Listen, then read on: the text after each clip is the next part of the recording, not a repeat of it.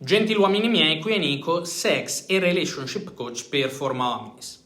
Luogo di eccellenza dedicato all'uomo dove si parla di seduzione, dinamiche sociali nei rapporti uomo-donna e sviluppo personale. E dove aiuto professionisti ed imprenditori a rientrare in contatto con la loro essenza maschile, per trovare, attrarre e tenersi la compagna dei loro sogni.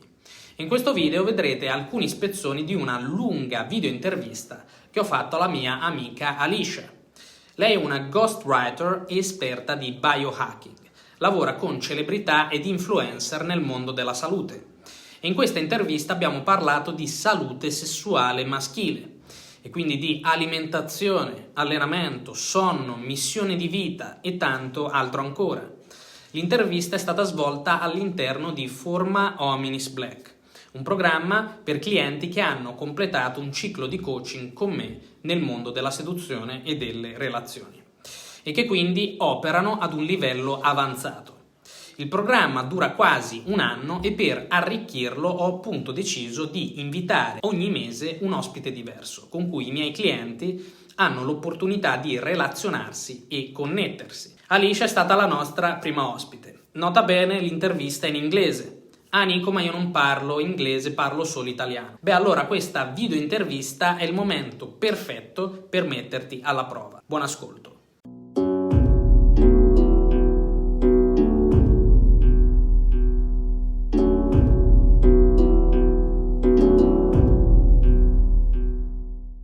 Alicia, introduce yourself. What do you do? Who are you? Right. Okay. So I'm Alicia. I am a content writer / ghost writer. So I write health and biohacking content for entrepreneurs, influencers, and celebrities. So I basically write blogs, books, social media content all about health and biohacking. And it has to do with empowering people to take control of their health and educating them basically how to live a healthy lifestyle. And you're not a vegan, right? I am definitely not a vegan. Okay, that's why we bonded in Thailand. What is the best food for humans and for men in particular, in your opinion? I would say that it's there is no one answer that fits absolutely everyone. I would say that that's the one thing to note first, but as a whole, I would say the best food for a human is that of an ancestral human. So the type of diet that our ancestors used to eat long ago, before the invention of factory farming and processed foods and everything like that. So that diet, I would say, is mostly meat, fruits, vegetables, nuts, and seeds, without the inclusion of anything processed or refined or made in a factory that comes in a packet with a long list of ingredients. Okay. However, we live in a society where apparently meat is dangerous to eat. It causes heart attacks and stuff like this. Is it true, or it's just mainstream bullshit narrative?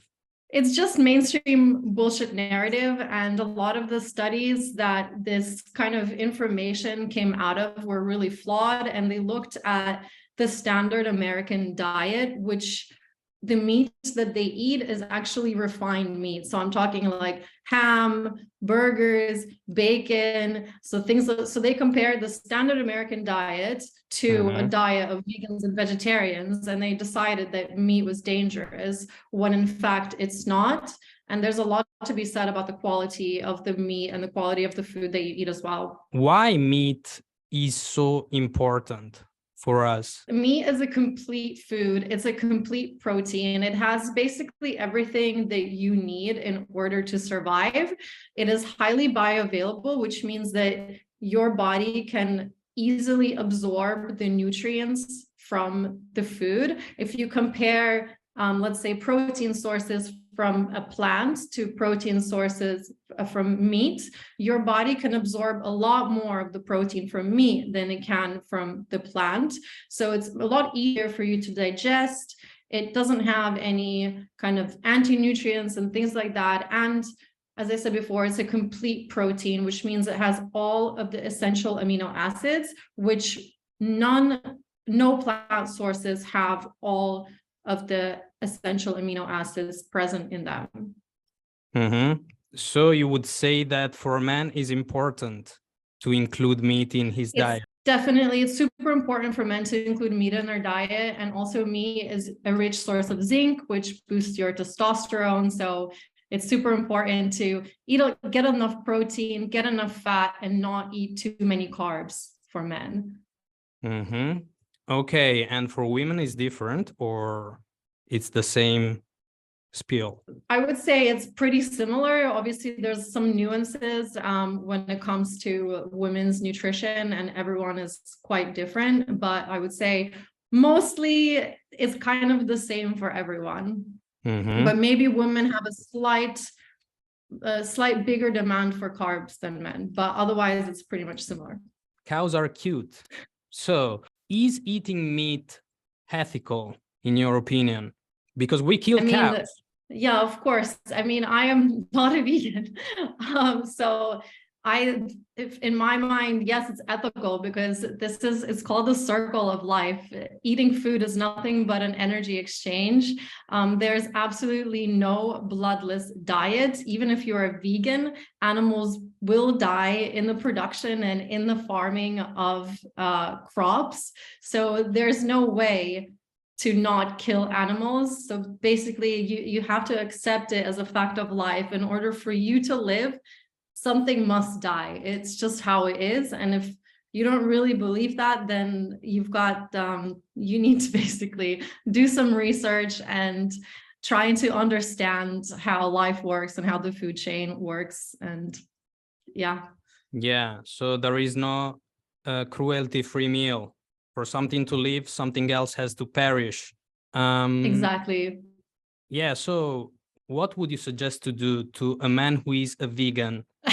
Stop being a vegan, obviously. I mean, look, there's a very small percentage of the population that does well on a vegan diet, but most people don't, and ultimately it will result in nutrient deficiencies and them not feeling that great. And they might not want to accept that it has to do with their diet, but it probably does. But it's really hard to force things on people. So which kind of exercise is good for humans and for men in particular to feel strong, to feel healthy? I would say strength training is super important, especially for men, but for everyone. It's first of all, it's really good for your mental health, and it makes you feel powerful and strong and capable. It builds your resilience, physical and mental. It boosts your testosterone. It supports muscles, metabolism. So strength training is definitely something that you want to be doing at least 3 times a week.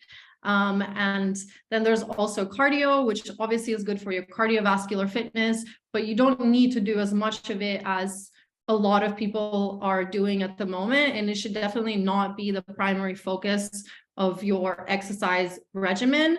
Like long distance running is just forget about it. It's not great. And in fact, doing too much cardio is actually bad for your testosterone levels. So I would avoid that. Yeah.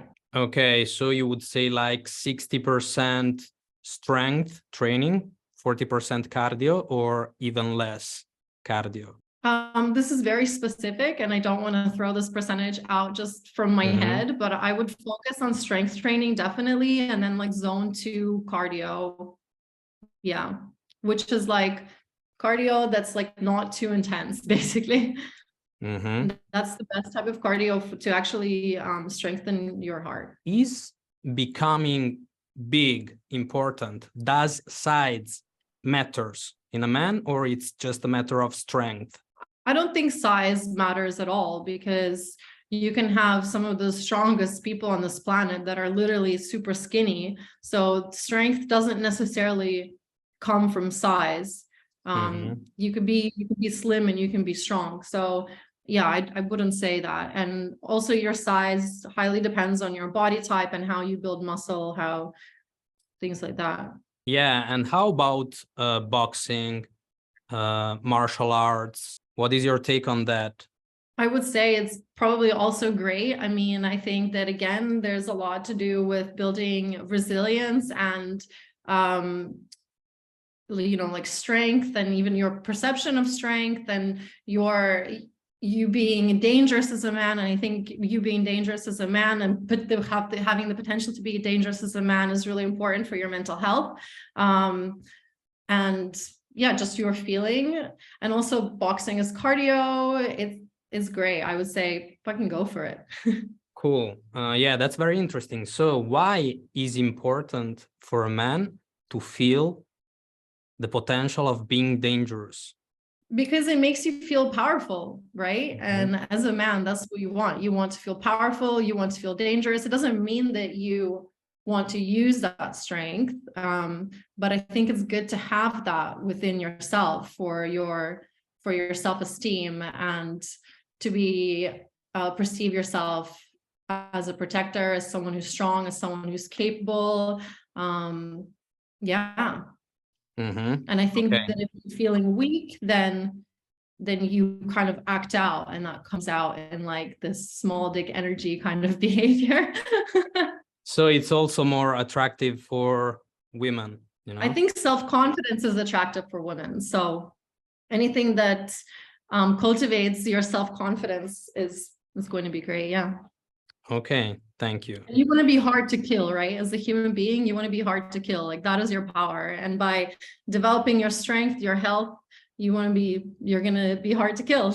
That is your power. So I totally agree. That's my philosophy too. The psychological aspects of biohacking. Yeah, it's not just about, going to the gym or eating good.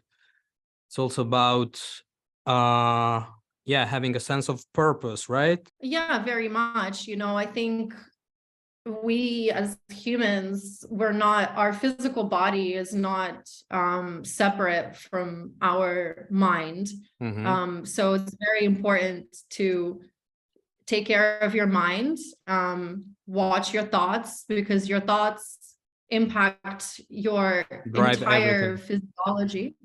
And for men, obviously, having a sense of purpose is really important. It's really important for women as well. But yeah, you want to be striving towards something. You want to feel like your life is worth something, like you're doing something that's meaningful. So a sense of purpose is definitely important to that, and community as well, and surrounding yourself with good people and feeling like you are a part of something and that you are a valuable member of a community is super important for our health. Yeah. And just like growing as well, meditating, watching your thoughts, surrounding yourself with good people, having a sense of purpose, all very important psychological aspects of being a well-rounded and healthy and happy person. As a woman, how do you feel when you meet a man who has not this sense of purpose, a man who is lost, confused?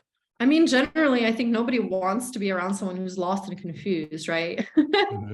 Unless you have like a savior complex, which is something that you have to work on yourself. But you want a man who has a sense of purpose, obviously. Yeah, you don't want someone whose hand you have to hold. You want someone who will take care of you, who will guide you. That you can stand alongside with and be involved in your journey together. And how about a man who is way too focused on you and on the relationship with you, instead of a man who is also focused on his mission, his purpose, his main drive? Which kind of man would you find more attractive? Well, I would definitely the man who's focused on purpose and drive, as well as the relationship. But the man has to have his own he has to have something that guides him in his own life. His sole purpose can't be the woman and the relationship, because it puts a lot of pressure on the other person as well, and it's vice versa. You don't want a woman whose entire life is just you. You want to be with someone who has their own thing, someone who has their own hobbies. And one of the most attractive things to a woman is watching a man be good at something and do something, excel at something. So you definitely want someone who has a sense of purpose and who's driven to succeed, whatever that success looks like in your eyes. So you feel also safer around a man like that as a woman? Yeah, probably. Yeah. And I don't, yeah, for sure. You wanted to add something, because this is a very important point. I stress this point so much on my videos, on my programs. I think purpose is important for all human beings on this planet, because why are you here otherwise? You know? Yeah, I wouldn't want a man who just does nothing and sits around that's like super unattractive. You want someone who's doing something and contributing to society and adding some sort of value. And it's also important for you as a person to feel like that, to feel like you are serving humanity in some sort of way. No one wants to be useless, and no one wants to be with anyone who's useless. Let's talk a little bit about media consumption. Would you suggest us to go on media, and in which way? The media that you consume shapes you as a person entirely. I would say you need to be as picky about the information that you put in your brain as you are about the food that you eat, because the information that you consume shapes you as a human being. It shapes your opinions. It shapes everything. So be very selective. Don't just let anything into your mind. Don't just follow anyone. Be very intentional with what you choose to read, with who you choose to follow on social media. Don't read or watch the news, because obviously it's like very negative, and you don't want that negativity. You don't want to focus on the negative. Just be selective. What's important to you? What excites you? What's interesting to you? Read that, follow that, consume that, because then you use that as growth for self-improvement, for growth, to develop yourself as a human being. Yeah, and what's your take on pornography? Because the average guy sexual life is spent in front of the computer watching porn. How to overcome porn addiction? I mean, porn addiction is just like any other addiction, I would say. It works on exactly the same brain circuitry as cocaine, for example. It hijacks your reward circuitry. So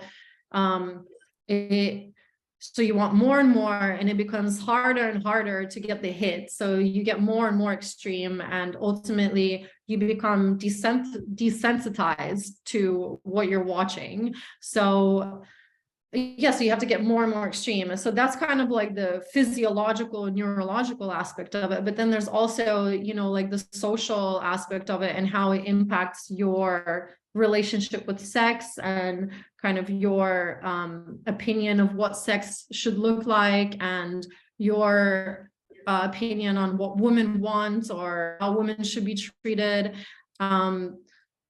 So there's also that like psychological aspect of it, which is also harmful. And I think that I've seen things in like my male partners that I can tell come from porn, from them watching porn. And it couldn't be further than what women actually want from an intimate like situation. So how to break that habit? I mean, I think you just have to stop, and it will probably be really hard, but once you stop, eventually you will get over it, and it will get easier. I don't have a step-by-step plan for you to how to stop porn, but I would say that, yeah, you definitely don't want to rely on it, and you don't really want to consume it. If you're doing it with if you're watching it with a partner once in a while, like maybe that's fun and that's okay. But if you're like watching loads of porn every day and you need it to get off, like that's a problem. You shouldn't need that. And you should, and again, it's putting things into your brain, and you should be careful about what you're putting into your brain. Absolutely. I agree with you. So does love and connection with a special partner make us live longer? Is there some research on that? I think, yeah, of course. I think our personal, positive relationships make us live longer. Like, we are social human beings, so we need close positive relationships in our lives. I think that there was a Harvard study, like a 70-year-old 70-year-long Harvard study that came out, and they found that positive relationships are the number one determining factor of like how long you will live and making you live longer. So yeah, you definitely want to focus on close, positive relationships, people that make you feel good, cutting out people that make you feel bad. But at the same time, humans also need fleeting positive interactions with strangers as well, so on the daily basis, so in order to feel like they are part of a community. And that also is something that we need in order to feel truly that's fulfilled. interesting. What do you think about the feminist movement? In terms of feminism, do I consider myself a feminist? No, I do not identify with the feminist label. I don't really like what it stands for. I don't resonate with it. I don't really get it. It's not for me. I do feel like it's man-hating. I do feel like now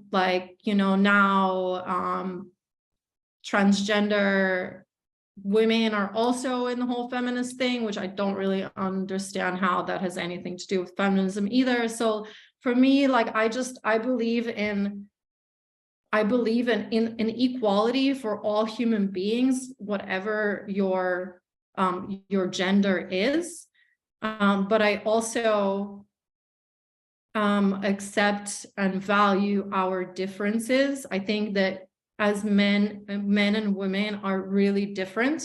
We serve different roles on this planet, and we're physiologically, biologically very different. We're not the same. We're equal, but we're not the same. And I think that we need to accept that, and we need to embrace that, because we complement each other. And I don't think that feminism accepts that, really encompasses that. I think feminism wants everyone to be the same. I don't accept that we are the same. I accept that we are equal, but I don't accept that we are the same. So that would be my answer to your question.